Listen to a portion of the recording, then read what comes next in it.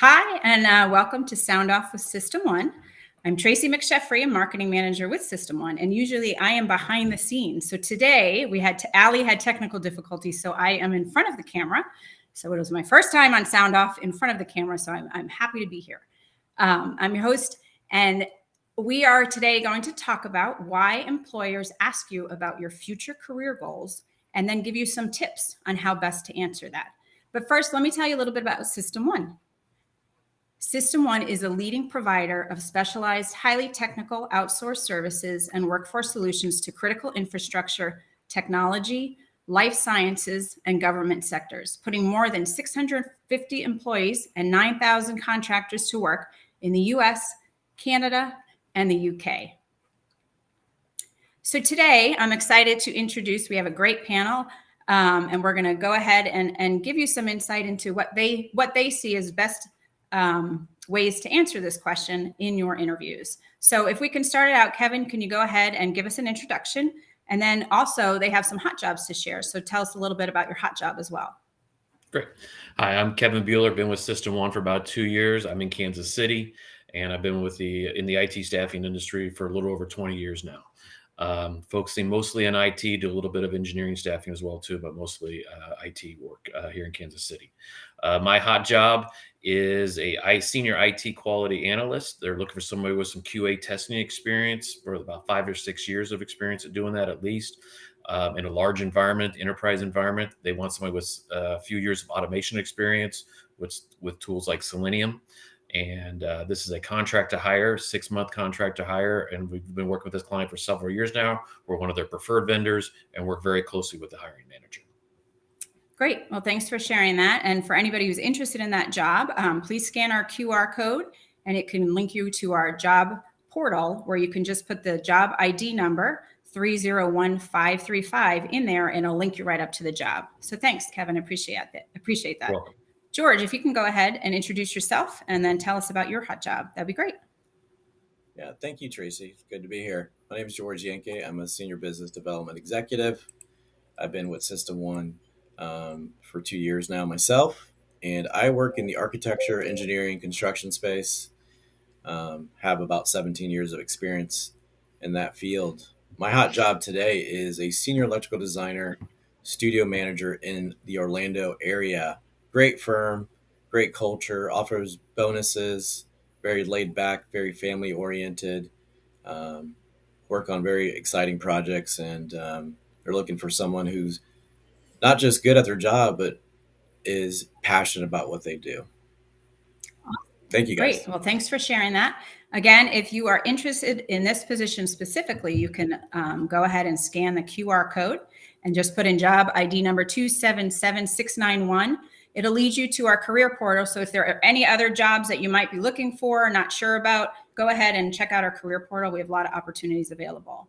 So great. Well, thank you guys. I appreciate that. Now, just to get into our topic today, we're going to talk about when employers ask about your future goals, the best way to answer that. And you guys provide any tips. I know you deal with, seeing candidates go through having this question a lot. So any insight you can give us would be great. So we'll just talk about, Kevin, why don't you start us out with talking about why do they ask about future career goals? Thanks, Tracy. They ask this question because they want to see what type of employee will you be. Are you thinking long-term? Or are you thinking short-term? Also, what motivates you?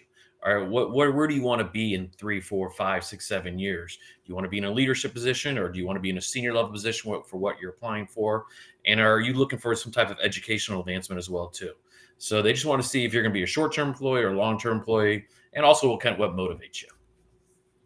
Awesome. And when you're answering it, I don't know if George, if you want to respond to this, but what's the best way to answer that? How should you respond to that? Yeah, I mean, well, from the heart is always the best way to answer any question, especially on interviews. But what employers are looking, and piggyback what Kevin said, is they want, what are you going to do from day one to impact their culture, their positions, their projects? What they want to see is people are coming in, they're hungry to succeed, hungry to learn, and will do whatever it takes to do the job at hand. But also, like Kevin said, grow within the company They don't want to just bring someone on for a year. They want that person to be there for 5 to 10 years, and is motivated to do whatever it takes to make that happen. Great. Thank Well, that's great insight. I appreciate that. Kevin, do you have anything that you want to add to that as far as how you would answer? Yeah. Well, first of all, I kind of do your homework on the company as well too, and do some research before you get into that interview. That can help you answer that question a lot better about career growth and type of, if you're applying for an engineering company and you want to look at what type of engineering roles they have in leadership or senior level roles, I would do definitely a good amount of research before you go into the interview. It can give you an idea of where you can be 3, 5, 7 years from now, what type of positions kind of to make a goal for. That's great. What would you say, in not only answering this question, but is there anything when you're asked this question, don't say this or don't do that, don't reference this or whatnot? What would be things that you would avoid in answering this question? And One thing I would avoid is maybe talking about compensation when it comes to career growth. You don't want to talk about money right away. Obviously, you know what type of position you're applying for, and then you want to talk about compensation about the position you're applying for. That's fine. But if you're talking about compensation for jobs and leadership roles and stuff like that, that kind of is kind of a red flag. I would think I wouldn't go down that road. If you get the job, eventually you'll find out what those type of jobs pay and stuff like that. You don't need to talk about that stuff during the interview. okay, great. Do you have, George, anything to add on that? Yeah, that's definitely one of the top 3 things I'll talk about: compensation. Eventually, it'll be brought up, and you have to be concise in that answer, especially to match that job's qualification. Usually, the employer knows kind of the range you're looking at, from the data they take in. But also try to stay away from, hey, do you guys, are you okay with people leaving early all the time? Stuff like that takes you away from work. Employers seem to be like, all right, well, he's always looking, or she's always looking to maybe flex out a couple hours early during the week. They want to see that you're going to come in, stay committed, work hard, and then eventually all those other perks always line up after that. Awesome. Do you guys, one thing that I was thinking about, and actually Allie and I were talking about, when you're responding on your future goals, like how could you tie that into the job at hand more specifically, meaning like, okay, I want to do this and I'm doing that today, like how you're going towards your future goals today. Do you ever, have any area that you would sort of look to in that sense of bringing what you're doing today and responding to your future goals? Yeah, education. If you're looking for training and stuff like that, I think that could help out. If you want to talk about training, I think it's a great opportunity to talk about training, what type of training the employer provides for this type of skill set or this type of profession you're looking at. That's thinking long term. They're always wanting people to think long term, like George was saying, 5, 10 years down the road. And when it comes to educational training or leadership advancement or professional advancement, those are the type of things they're looking for. Awesome. Okay, great. Any other tips that you guys would want to share, in regards to responding to your career goals, just overall? Yeah, I mean, I think, like Kevin said so eloquently, you want, as employers and then the candidates alike, they want to feel like there's value there if they're willing to take that next step in their career. Does the company support that? Does it promote that culture? That's very important. So, I always ask my candidates to ask, hey, tell me a success story there of someone who started off, as a junior person, but now is like a senior level person. Tell me a little bit about that story. And do you feel like there's an opportunity for me to grow like that? Employers love that because that shows to them, they're like, hey, this person's serious. They're not wasting their time. They're wanting to grow within the company, and they look like they could be a strong hire for us. That's great. That's great. Definitely. So sort of bringing some questions back that's sort of on that topic back to the employer. So awesome. Kevin, you have anything to add to that?